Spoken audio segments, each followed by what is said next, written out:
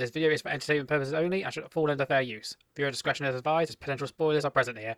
All rights are reserved to Nintendo. Above all, please enjoy the video.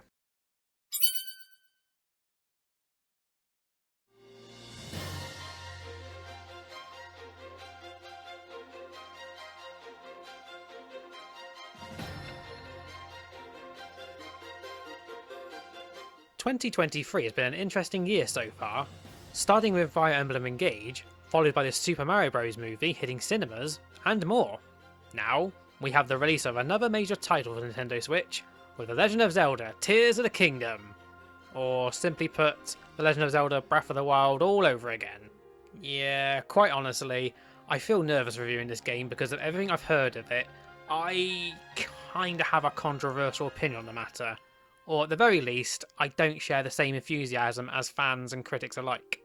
Admittingly, I didn't enjoy Breath of the Wild due to how much of a departure it was from previous Zelda entries, to the point it didn't feel like playing a Zelda game. So when Tears of the Kingdom was announced, not only was I skeptical of how the game was going to play out, but I wasn't going to fall for the hype that the trailers and fans provoked. But as a long-time Zelda fan, I couldn't bring myself to avoid buying this game, especially seeing fan favourite Ganondorf make a comeback. So, once I eventually got my copy of Tears of the Kingdom, thanks Royal Mail for delivering it 2 days late, I've been spending most of my time playing it to see if it's any better or worse than Breath of the Wild, and honestly, I did enjoy it a little better, but I don't get what all the praise and universal acclaim is all about. I thought maybe because the newer Zelda games adopt an open world style gameplay, it probably just wasn't my thing. But then I do enjoy games like Pokemon Scarlet and Violet and Xenoblade Chronicles, which share similar gameplay. So what is it about the Zelda games I can't get into? Well, it's complicated. Before I get into the thick of it, I just want to briefly talk about the visuals and music. I won't talk too much about them because nothing much has changed since Breath of the Wild. The visuals have the same simplistic yet detailed, cel-shaded art style, which is to be expected since it is a direct sequel to a game that takes place in the same location and time. Any differences are environmental changes, like Death Mountain no longer erupting, and ancient sky ruins scattered all over Hyrule. Anything new added fits into the art style Breath of the Wild created, like the many sky islands floating in the skies, and the dark, gloomy depths of Hyrule. Ooh. One thing I will say is the different colour connotations both games use. Breath of the Wild has more of a blue theme with the Sheikah, whereas Tears of the Kingdom leans more towards green for the Zonai race. Do you know what just hit me? If you include Age of Calamity for these two games, which features a lot of red, you may notice an unintentional reference with the colours. Red, blue, green, as in Din, Nehru, Furore, or Power, Wisdom, Courage, or Goron, Zora, Kokiri, or am I thinking way too much into this? Anyway, in terms of music, because of the setting of this game, there isn't much in the way of memorable melodies. There is some music, but mostly relegated to towns, character themes, and dungeons, some of which are straight up reused from the last game. It's fine, I guess, but I would have liked a little variation in the music. A little spoiler here, but a good example of what I'm talking about is the battle theme against Master Koga. It's the same melody, but adding little touches here and there makes the theme more unique.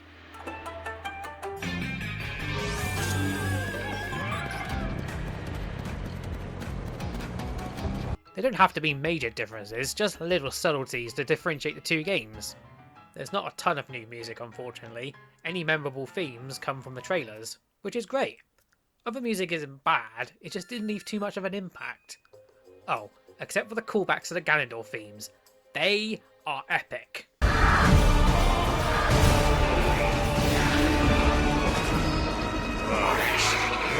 my servants. It's a shame I couldn't dive more into the visuals or music, but that's what happens when you reuse assets from another game. What has gone through changes worth going more into detail is the story and gameplay, which is probably more important when making a direct sequel. I'll talk about the story first, since this is the part of the game where there seems to be a mixed response about it. Some fans, including myself, find the story engaging and thought-provoking, while others can't make sense of it, which I can understand because the devs didn't do a very good job in connecting this game to Breath of the Wild's lore. I feel Tears of the Kingdom is a self-contained story that just happens to take place in the world of Breath of the Wild. As much as Age of Calamity was a spin-off title, it at least tied into the lore and made changes where necessary. Here, I noticed a lot of plot holes.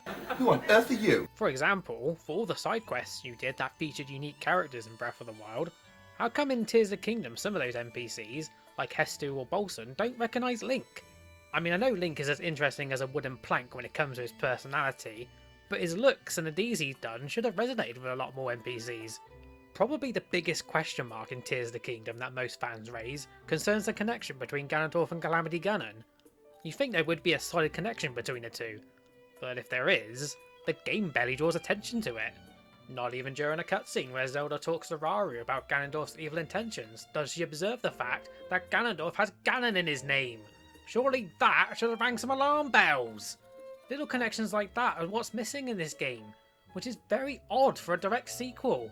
Maybe the writers are taking the legend in The Legend of Zelda too literally so they don't have to write a consistent story, but that's not fun when Breath of the Wild's lore is still fresh in people's minds. The thing is though, stories like this do allow certain people to think outside the box, which does encourage creative thinking. In fact, I plan to make a video just talking about Tears of the Kingdom story and address some of the questions it created, as well as how it ties into other Zelda games.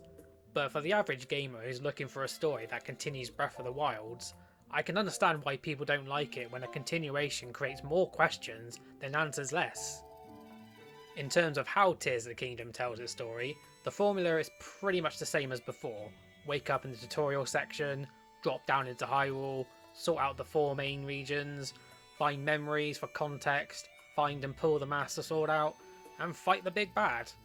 The only difference is that the memories are not links, and that the past events tie into the current events surrounding the recent upheaval.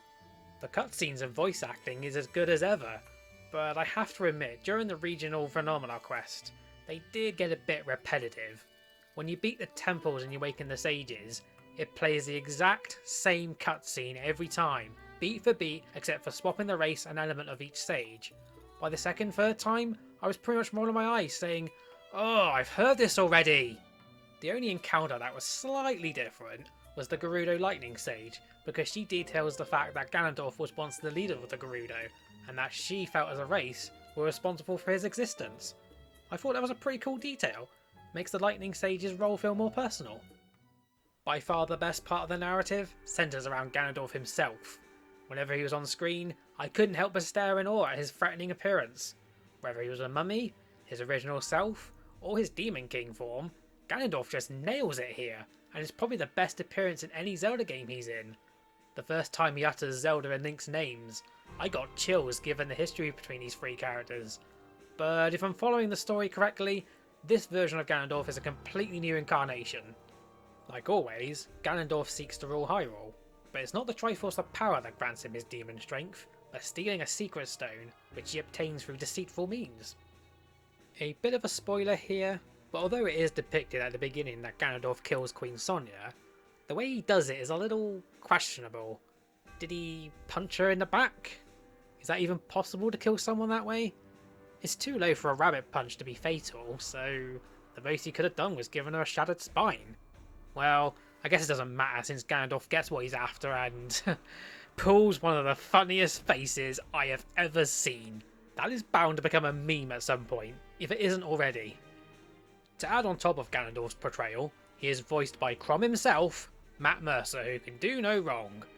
While I think a more fitting voice actor like Jameson Price or Patrick Seitz would have sufficed, I'm glad they went with Mercer, because he did give a unique and entertaining take on the Gerudo leader. From sounding calm and collected to his maniacal laugh, Mercer's performance is entertaining to listen to and watch. You stand before Ganondorf. You witness a king's revival. I should point out though that when he's speaking in his mummy form, I can't help but draw comparisons to a recent update in Fire Emblem Heroes, where Mercer voices a fallen version of Crom, which sounds pretty similar. You cannot hope to escape your fate. Fate is inevitable. There is no changing it.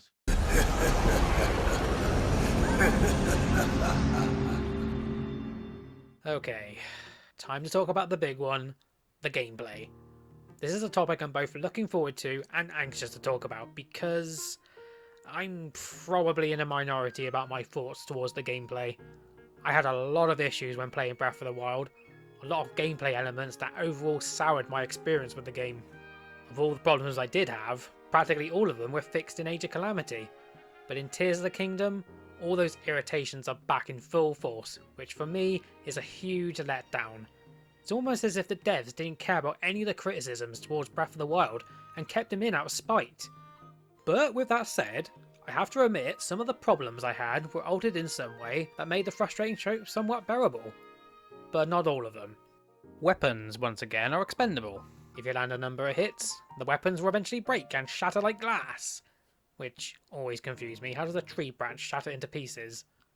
I'd never liked this idea because it seems to hinder the player, but not the enemies. I don't think I've ever seen an enemy break a weapon during a fight. It seems the concept of durability doesn't apply to them, which doesn't seem fair when Link can go through many swords and spears quicker than the player can say, "How am I out of weapons already?"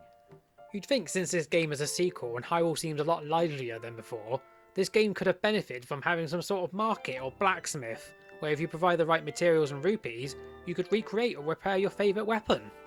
But instead, we have a new feature in the form of Fuse, which allows players to fuse two objects to create different weapon combinations. Which I will admit is pretty awesome. The idea of picking up a random weapon and fusing it with something from the ground is kinda cool. I particularly like the fact you can fuse monster parts to weapons to create new ones. You can also fuse them to your arrows, and if you fuse the right one, add elemental damage to the arrow. Probably my favourite monster part to fuse with is the blue Lizalfos horn, which has a katana-like look to it. I went out of my way to defeat any blue Lizalfos I saw just so I can make cool looking blades. And truth be told, they were surprisingly strong and durable. If I could fill my weapon inventory with these kind of weapons, I would. Actually no, scratch that. The Silver Lionel Saber Horn is the better one. It's cooler looking, and it's even stronger and more durable. I should probably talk about the biggest ability at Link's disposal, the Ultra Hand. It's pretty much the same as Magnesis in Breath of the Wild, just not restricted to metal objects. There is one big difference though, and that's the ability to attach objects together, which can be used to create structures like bridges or boats. There are items called Zonai devices, which come in all shapes and forms. There are fans, wheels, rockets, wings, and more. Combining these with each other or environmental objects can lead to some creative contraptions to help traverse Hyrule, or if you're creative enough, traps to bring down monsters. I do kind of feel the Ultra Hand ability is a little broken. I don't mean in the sense that it's not functional, I mean it's so limitless you can end up cheesing a lot of stuff. Just by attaching two fans to a steering stick, I ended up glancing over the Fire Temple. Would have thought there would have been some restriction on where you can use Zonai devices, but no, the sky's the limit, quite literally. The size of the overworld is the same as before, but you have even more areas to explore, like the Sky Islands and the Depths, which is just as big as Hyrule's overworld. One might think the sheer size of the overworld can be overwhelming, but thankfully getting from A to B isn't as tedious as it was in Breath of the Wild. Unlike the Sheikah Towers where you could teleport to the top and paraglide down, in Tears of the Kingdom, they're replaced with Skyview Towers, which when activated, shoot Link into the air and allows him to descend and reach areas a lot quicker. Or, you know, you can use those Zonai devices and fly around Hyrule. As long as you have enough battery charge, that is. You can still ride horses to get where you want to go, but they seem redundant compared to the many Zonai builds that do what horses do and more. Speaking of horses, I came across something weird. As soon as I touched down on Hyrule, I immediately scanned the Link amiibo that summons Epona, then went to the nearest stable I could find. When I went to register it, a guy at the stable said I had a record of entrusting horses from before. What I gathered from that is that some data from Breath of the Wild carried over to Tears of the Kingdom. But that's not the strange thing. The strange thing is once I registered the Epona I was riding, I went to take her out again, I noticed it had carried over the Epona I registered in Breath of the Wild, which means I had two Eponas registered in my stable.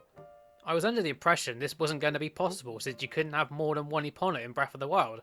But nope, she was right there, the first horse registered in Link's name, along with Ganondorf's supposed steed. I didn't do much horse riding, but it's nice to know you don't have to go horse handling again if you had save data from Breath of the Wild. And speaking of Epona, amiibo functionality is back again, no different from before, only this time, compatibility with newer amiibo is added, like the Link's Awakening amiibo, which nets to you the outfit from the Link's Awakening remake, complete with oversized Link head, which is pretty funny. I should point out that the amiibo costumes were a saving grace for me in Breath of the Wild. Having these iconic Link tunics helped me remind myself I was playing a Zelda game, Had these not existed, I probably would have disliked Breath of the Wild more. I was under the impression Tears of the Kingdom would only net you paraglider fabric, but thankfully the tunics were retained, so I did what I did last time and spammed my Ocarina of Time Link amiibo to get the Ocarina of Time Link set, cause, you know, that's Link's overall look, not that stupid blue champion's tunic or the Zonite outfit for that matter. Green tunic, brown boots, and green cap. That's Link, nothing else, period. Not necessarily the Ocarina of Time version, any combination will do. On a side note, I did get the new Link amiibo, but never opened it to see what it does. As I mentioned before, the game arrived 2 days late, but this thing, it arrived on time. However, I couldn't use it, so I had to find other things to do while I wait and have this thing staring at me. When the game did eventually arrive, I just wanted to play the game and just didn't get around to scanning this amiibo. Maybe I'll see what it does after this review, but it'll probably get me something like a unique paraglider fabric or something. Anyway, back to the game. I should probably talk about the dungeons. Unlike in Breath of the Wild, where the similar looking divine beasts take the dungeon role, in Tears of the Kingdom, they're actual temples this time. Each is themed around the region they are located in, and in some way utilises the element the temple is based on. Probably my favourite out of the four has to go to the Lightning Temple. The way you tackle it is slightly different in that you fight the boss early on, then have to chase it. You have to solve traps and puzzles before you even get to the part that's similar to the other dungeons. It kinda felt like walking through a dungeon in past Zelda games. I'd say the only downside to these temples is the fact they follow the same formula as the Divine Beasts, in that you have to locate a number of switches just to open up the final area. It's a bit lame beating the same gameplay formula over again, but at least the puzzles were decent. What makes up for that though are the boss fights. Instead of different versions of Ganon, this time each temple houses a unique boss that fits around the temple's theme and the problem they're causing throughout the 4 regions. And these fights were some of the best this game has to offer. On a side note, one thing I find a little funny is Ganondorf's choice of monster he sends to the temples. He can send a monster as terrifying as Kolgira or Marbled Gomer, to something as pathetic looking as Mokdorok. Something about that just cracks me up. The biggest feature of these temples was the ability to explore them with a companion. Characters you encountered from Breath of the Wild, like Sidon, Riju and Yunobu, join you on your quest to restore their respective regions. I'd be lying if I said I wasn't disappointed with the fact Tabor was sidelined in favour of his son Tulin, but in the context of the story, the reason is honourable, and truth be told, Tulin is probably the most useful out of the 4 you travel with, and on top of that, he's quite a likeable character. Much more likeable than that douchebag Revali anyway. With Sky Islands being a big part of Tears of the Kingdom, I thought all the temples would take place in the skies above, but I do like how that's not the case. The Lightning Temple was situated in Gerudo Desert, and the Fire Temple was located in the depths in the heart of Death Mountain. A nice little nod to Ocarina of Time there. After you defeat a boss, you obtain a secret stone it was guarding, and with it, your companion becomes the sage of that element, and with their new power, allows you to summon an avatar of them, which grants you the ability to venture Hyrule as if those characters were still with you. You have access to all their abilities, which help you traverse Hyrule or turn the tide of battle. This is much better than the champion blessings you get in Breath of the Wild, because not only can you rely on them to fight independently, but the cooldown on their abilities is drastically short. One of my complaints about Breath of the Wild is how unfulfilling exploration is. You'd go to a place of interest and not get anything meaningful out of it. No weapons, materials, rupees, or anything to justify wasting hours of gameplay. But with Tears of the Kingdom, the minimal times I did stray from the main objective, I have to admit, there was some worth to it. I ended up getting the Hylian shield early, which was nerve-wracking considering the monster that lurks there is pretty terrifying that early in the game, but I'm chuffed with myself for getting it. While I was searching for a memory near Lurlin village, I came across a cave which has a chest containing a royal bow, my favourite bow in the game, which matches perfectly with the Master Sword and Hylian shield. And speaking of the Master Sword, my proud accomplishment was obtaining it before tackling any of the temples or quests specific to finding it. Unfortunately though, I inadvertently found out online how to obtain it, but that didn't stop me from trying. As soon as I had enough stamina, I looked for the light dragon that supposedly had it, glided over to it and pulled the Master Sword out of his head, looking good as new from its decayed state in the opening. You know, that dragon looks familiar, even though I've never seen it before. I didn't spend an awful lot of time down in the depths unless the plot demanded it, but I did stumble across a couple of things. I found the auto-build ability, which led to the fight with Master Koga. The other was I found a mint condition royal broadsword, which I held onto for dear life. Oh, I should probably mention, practically all swords, spears and longswords have decayed in this game, and the only way to obtain pristine versions, as far as I'm aware, is in the depths. I did end up doing 2 side quests, which I thought were worth doing. One was the Great Fairy side quest, which after completing, gave the ability to upgrade my clothing. Much needed. The second was the Hatino Merrill election, which after running around for ages, gave me access to buying a replacement Hylian shield if mine ever broke. Not that mine ever did. Or, at the very least, at a time when replacing it would have been impossible. This leads to by far the best part of the gameplay, which was the final fight with Ganondorf. I won't reveal everything about the finale, but I will talk about the 2 phases against the Demon King. Of all the enemies to fight in this game, Ganondorf was by far the most thrilling, epic opponent between both Breath of the Wild and Tears of the Kingdom. He wasn't too hard, in fact I never died to him once, but the fight itself was engaging, something I was missing throughout the entire game, with the exceptions of bosses and Lynels. Just having him copy one of Link's maneuvers is what sets him apart from all the rest. You fight him in his original form, which he switches between weapons, like Link might do, then he moves on to his Demon King form, which comes with a conveniently long health bar.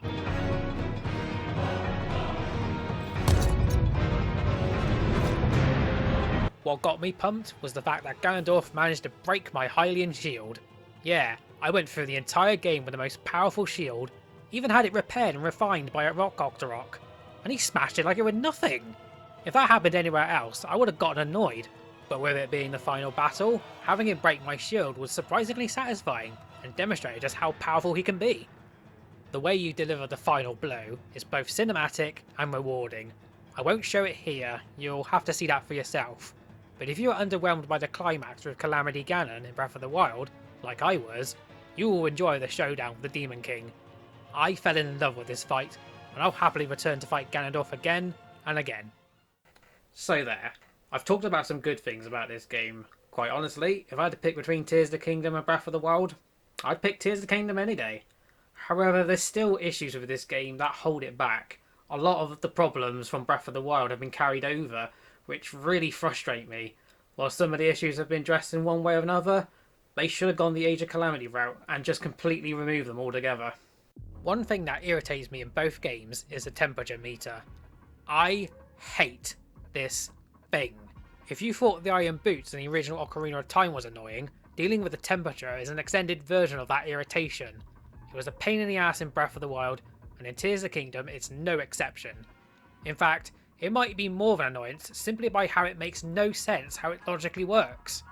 I get it's trying to mimic climates in real life, but may I ask why it's necessary to constantly interrupt the gameplay to address something so trivial in a video game? And if they're trying to make the world more realistic, why is it I can go to the highest point in the Great Sky Garden and not be fazed by the temperature? Look down below, you can see the snowy part of the Sky Garden. As soon as I descend and get close enough, the temperature drops to unbearably cold. How does that make sense? But wait, it gets even more nonsensical. From the Great Sky Garden, I can drop to the Great Plateau, but as soon as I drop close to the snowy region, the temperature drops again. I just came from a higher altitude. This world makes no sense. There are at least 3 locations I can think of where changing outfits is completely justified.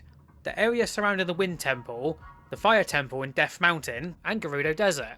Everywhere else should not be bothering the player to change gear. Just because Link can't handle a bit of weather, he starts taking damage. Yet every other NPC doesn't seem to mind.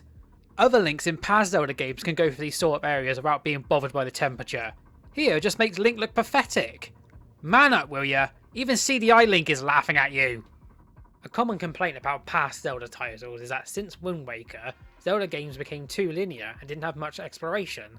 Well, I like to make an argument that both Breath of the Wild and Tears of the Kingdom are the other extremes, that being too open. Because there's no restrictions as such and you're free to do whatever, I find having too much of that freedom can be pretty boring. It's why I prefer games like A Link to the Past and Ocarina of Time that strike a good balance between exploring and following a structured path. I don't have the patience for games that don't have much structure to them. Even though I did some side quests and did a bit of weapon searching, I probably wouldn't have done so if I didn't get a tip-off online. That's not a bad thing for me because I can't be bothered to aimlessly wander around an oversized Hyrule and hope I might stumble across a royal bow or something useful. Another disadvantage of the gameplay being too open is how the story suffers from it. In some cases, ended up creating plot holes depending on what order you complete the main quests.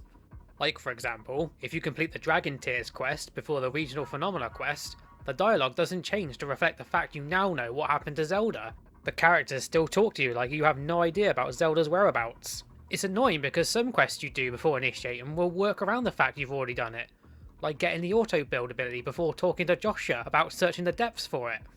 That being said, I did notice times where Tears of the Kingdom was a bit linear in some cases, but there was a good and bad example of it. A good example is when you start the Regional Phenomena quest. You're advised to go to Rito Village first since Princess Zelda was sighted there recently. I like the fact you don't have to do that and head for the other regions first. That's the kind of freedom I'm looking for. Then there's the bad example, which can be perfectly summed up at Kakariko Village. Just by looking at the bottom of the floating ring ruins, I can use Ascend to enter it and take a picture of the slab inside mentioned by Toro, but this boffin keeps preventing me from getting near it, all because you haven't progressed in the story enough. It's the kind of linearity that plagued the past Zelda games, which even I got annoyed at from time to time. Probably the most frustrating thing about Tears of the Kingdom revolves around the combat. While weapons breaking on you was a constant headache, it wasn't the main issue with the fighting. I had a really hard time with enemy electrical attacks in Breath of the Wild. I swear electricity was overpowered there, but here it wasn't too much of a pain, quite literally.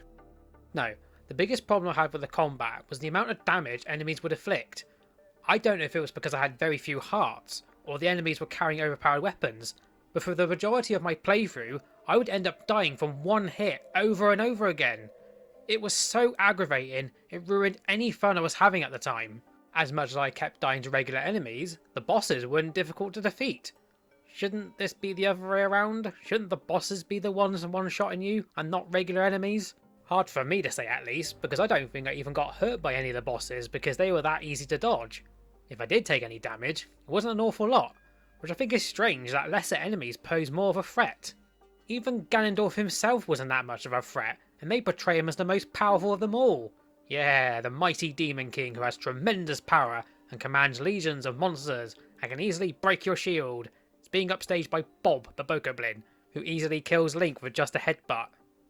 This was an issue even in Breath of the Wild, and I'm sorry, making enemies kill you easily does not make a game difficult. It just makes the enemies cheap and not fun to fight, and it just grinds everything to a complete halt. Not to keep dwelling on past Zelda games, but a good example of a fairly challenging enemy I can think of in Zelda is an Iron Knuckle from Ocarina of Time. They're slow and easy to dodge, but one mess up and they can kill you easily. At least with Iron Knuckles, if I do happen to get killed by one, I understand why. Like, I landed one too many cocky attacks for me to move out of the way in time, or I didn't anticipate its swing was wide enough to hit me. When I get killed by an enemy in Tears of the Kingdom, or Breath of the Wild for that matter, I always wondered to myself how it managed to do so. If a game allowed players to read enemies' stats and how much damage they can do with or without a weapon, compared to the clothing I'm wearing, I wouldn't be getting so angry every time one kills me. At least then I would understand if I was going up against an enemy out of my league and decide there and then if I feel confident enough to fight them. Kinda like in Xenoblade Chronicles. There's no way in hell I'm going up against a monster that is way higher level than me, but I may take on an enemy that has a slightly higher level. I just don't know how much damage one enemy can do compared to the other, or whether or not they're landing critical hits if that's the thing, because the game doesn't tell you anything. The only thing to go on is the different skin colour the enemy has. It determines how threatening it is, but how much so I have no idea. Keep in mind though, a lot of the enemies I was having trouble with were those returning from Breath of the Wild. Except for Lynels, which I enjoy fighting, most new enemies didn't seem to bother me as much. Creatures like Likes, Gibdos, Aracudas, and Horriblins were fair and interesting. Maybe funny to fight against. I have encountered and fought some Gleeoks, and I did eventually beat a couple, but the times I didn't manage, I'm glad it's because I knew I was not prepared or properly equipped to fight one, and their terrifying size justifies them dealing tons of damage. Anything else apart from bosses, I had no fun fighting, and only did so if they were in my way. Going out my way to fight them would have been a waste of time, something this game does a lot of. Speaking of which, I'm not a fan of how big this world is. I don't think the size is overwhelming per se, just too big for its own good. A lot of the overall map has no significance to the main quest, and that's not even including the depths of Hyrule, which is just as big. There's a saying that just because you make something big doesn't make it better, That completely applies to the overworld of this version of Hyrule. If you're going to make a big overworld, but not have much in it, why make it that big in the first place? If you cut out half of this map, you wouldn't miss a thing. Still, credit where it's due, as Tears of the Kingdom did utilise more of the locations than Breath of the Wild did. The Faron region went completely unused in that game, yet in Tears of the Kingdom, it's a required destination for one of the main quests.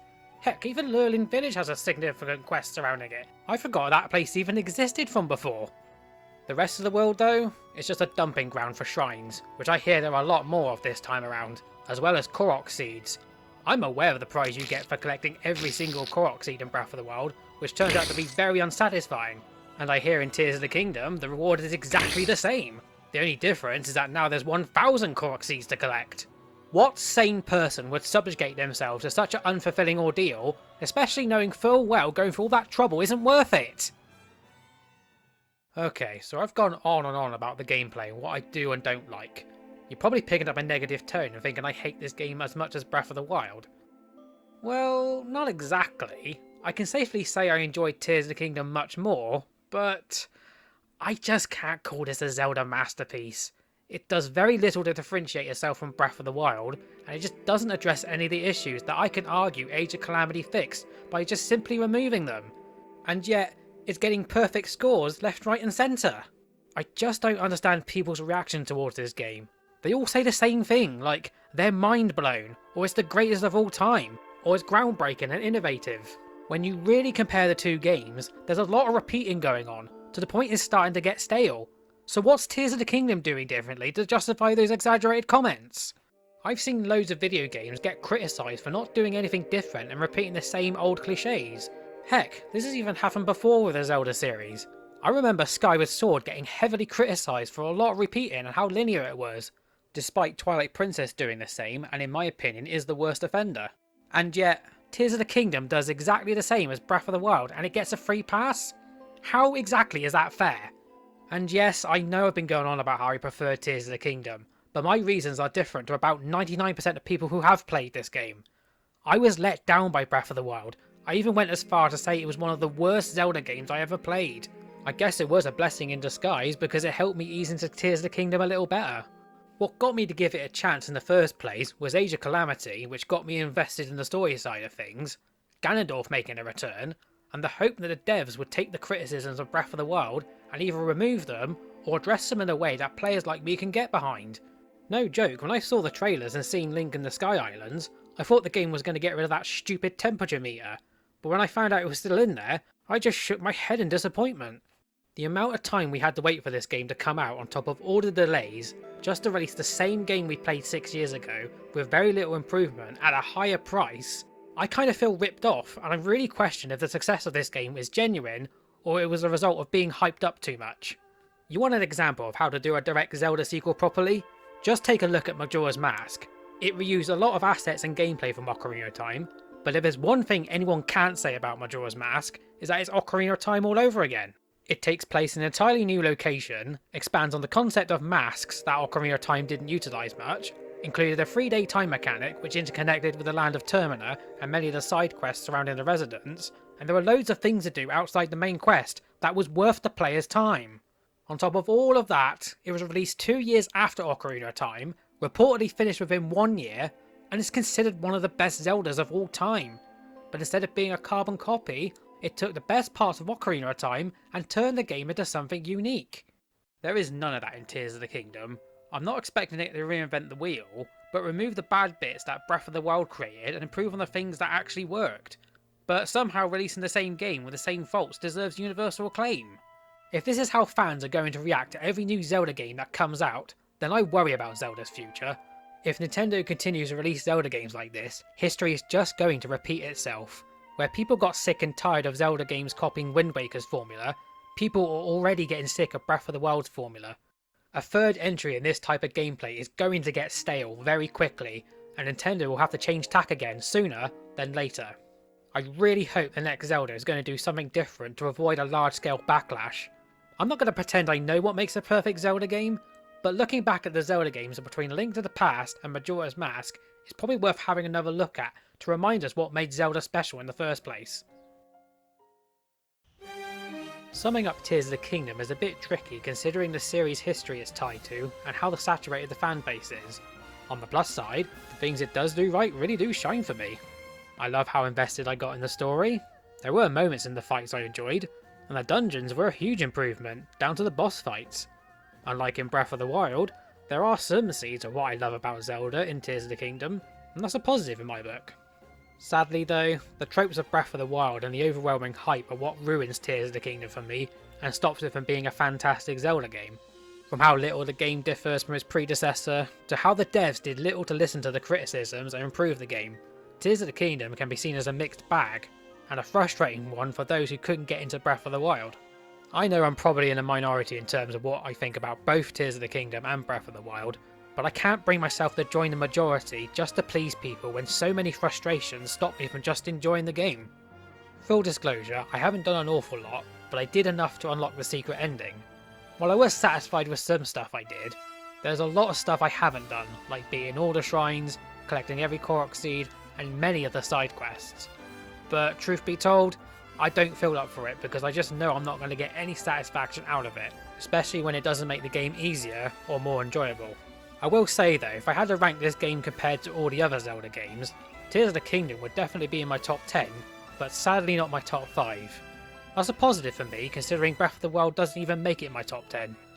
But who knows what Nintendo has planned for the Zelda in the future.